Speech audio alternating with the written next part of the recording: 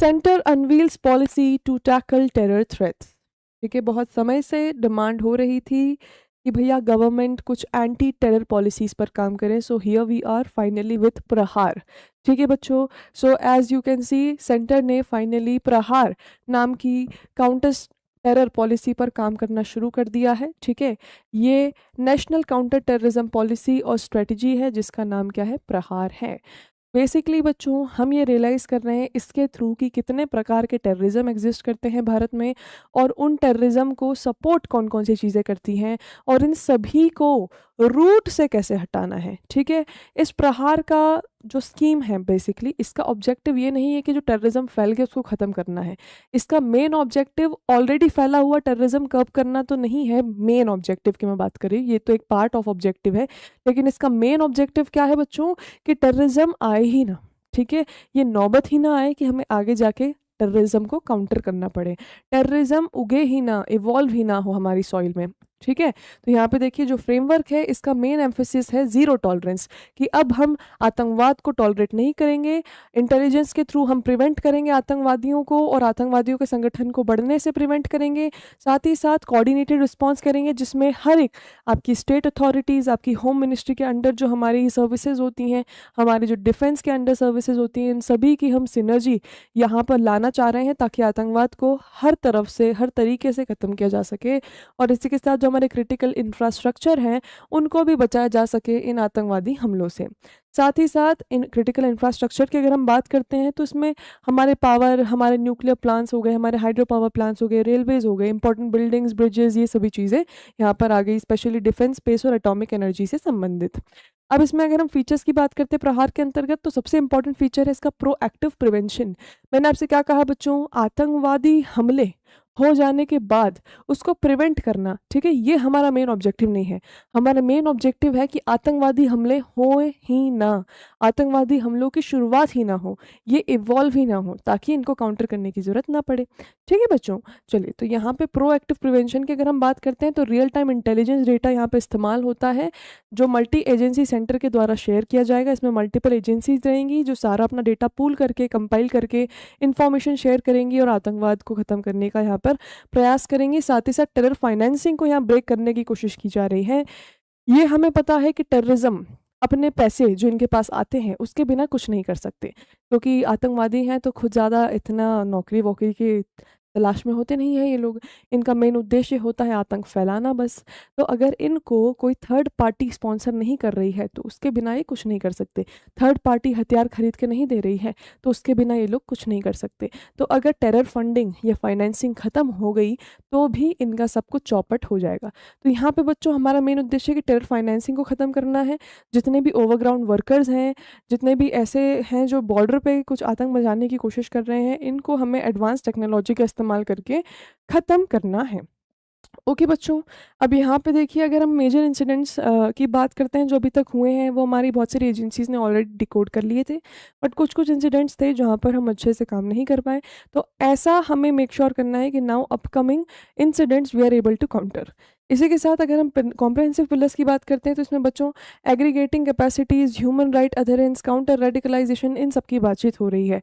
अब आपने देखा होगा कि बहुत सारे युवा इंटेलिजेंस एजेंसी के द्वारा पकड़े जाते हैं भारत में, जो कि रेडिकलाइज्ड हो गए हैं इन सारे टेरर आउटफिट से।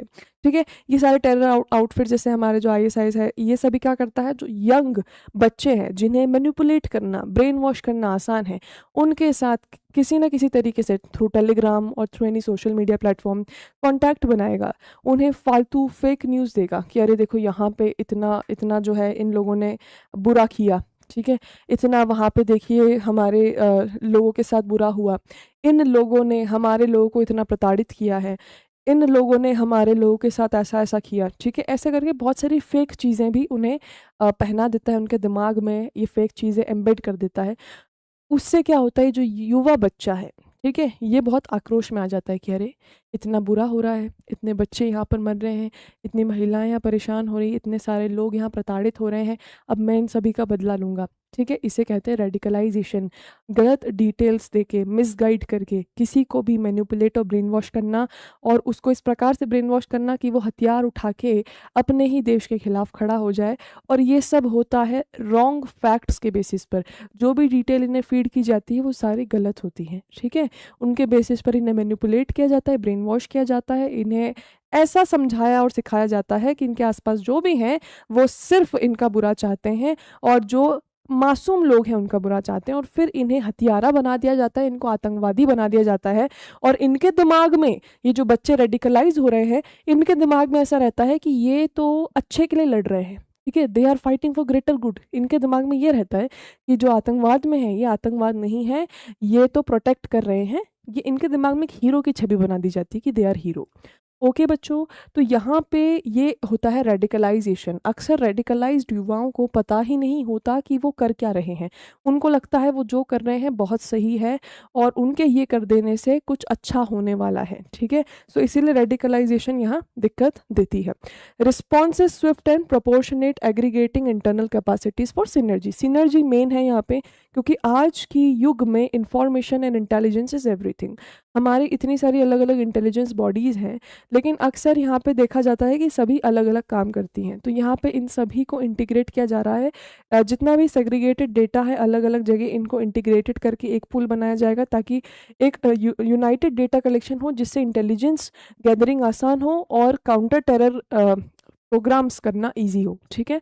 इसी के साथ सिग्निफिकेंस की अगर हम बात करते हैं तो marks a shift to whole of society approach against traditional cross border and emerging threats. अभी तक बच्चों हम आतंकवाद को क्या समझते थे? अभी तक हमारे लिए आतंकवाद होता था कि बॉर्डर क्रॉस करके आतंकवादी जो है घुस आए हैं और हथियार फेंक रहे हैं, बम फेंक रहे हैं, गोली से मार रहे हैं। ये हमारे लिए अभी तक का आतंकवाद था।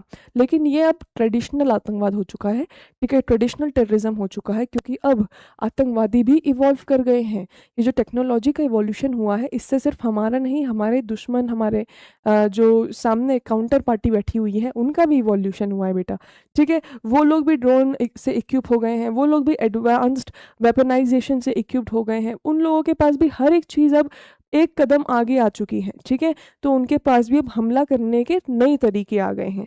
तो यहाँ पे सिर्फ हमारे लिए क्रॉस बॉर्डर ट्रेडिशनल टेररिज्म को काउंटर करने से काम नहीं होगा, हमें यहाँ पे साइबर, ड्रोन, टेक मिसयूज़, इन सभी पर भी काम करना पड़ेगा, तब जाके हम आतंकवाद को पूरी तरीके से जड़ से ख़त्म कर पाएंगे। आगे बच्चों समझ में? तो प्लीज़ रिमेंबर कि सेंटर अभी काउंटर टेरर पॉलिसी पर काम कर रही है। फाइनली इस पॉलिसी का नाम है प्रहार, ठीक है बच्चों, अंडरस्टूड।